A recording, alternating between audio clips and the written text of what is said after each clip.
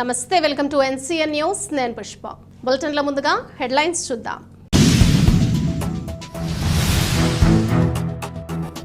అందరికీ 4000 పెన్షన్ కూటమి ఎమ్మెల్యే అభ్యర్థి బొలిశెట్టి శ్రీనివాస్ కూటమి ప్రభుత్వం అధికారంలోకి రాగానే పింఛన్దారులందరికీ తమ ప్రభుత్వం 4000 పెన్షన్ అందిస్తుందని కూటమి ఎమ్మెల్యే అభ్యర్థి బొలిశెట్టి శ్రీనివాస్ అన్నారు. తాడేపల్లిగూడెం మండలం నీలాద్రిపురంలో పల్లెపోరు కార్యక్రమాన్ని నిర్వహించారు. ఈ సందర్భంగా ఇంటింటికి తిరుగుతూ కూటమి అధికారంలోకి వస్తే చేసే పనులను వివరించారు.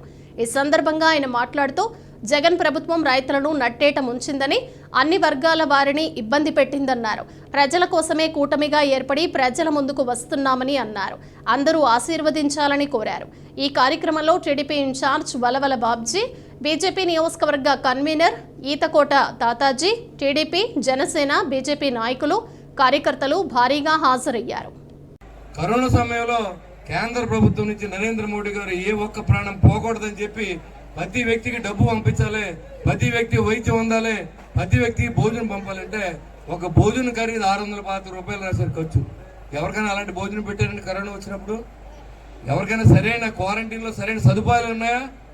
ఇలాంటి వ్యక్తులు రాష్ట్రాన్ని వెళ్తూ ఉండి మళ్ళీ మీ దగ్గర ఓటు అడుగుతా సిగ్గు లేకుండా వస్తారు. రేపు పొద్దున్న మీకైనా ఉండాలి, మాకైనా ఉండాలి, మా ఇంటికి రావద్దని చెప్పవలసిన బాధ్యత మీ మీద ఉంది.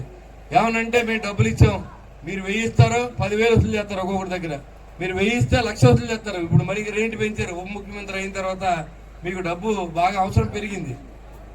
కాబట్టి ఈ దరిద్రం పోవాలంటే జగన్మోహన్ రెడ్డి ఇంటికి పోవాలి. మొత్తం ఈ ఎమ్మెల్యేతో పాటు వాళ్ళు కూడా పోతేనే ఈ రాష్ట్రం బాగుపడుతుంది.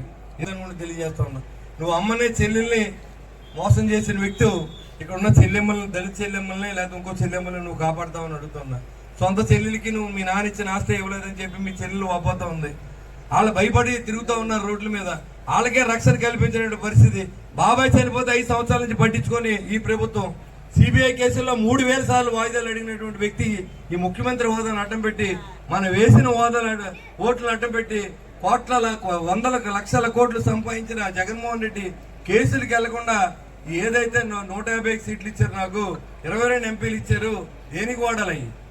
మన ప్రజల కోసం, ప్రత్యేక హోదా కోసం, పోలవరం ప్రాజెక్టు కోసం, లేకపోతే నిరుద్యోగ క్యాలెండర్ కోసం, పల్లెలు బాగు చేయడం కోసం, రైతులు ఆదుకోవడం కోసం వాడతాం మానేసి వాళ్ళ సొంత కార్యక్రమాలని, వాళ్ళ సొంత మనుషుల్ని అవినాష్ రెడ్డి గారిని అరెస్ట్ చేయకండి, నేను జైలుకి వెళ్ళాలి అవసరం ఆపి మీరు కోర్టులు కూడా వాయిదాలు ఇచ్చేయండి, నేను ముఖ్యమంత్రిని కాబట్టి అని చెప్తూ ఉన్నారు.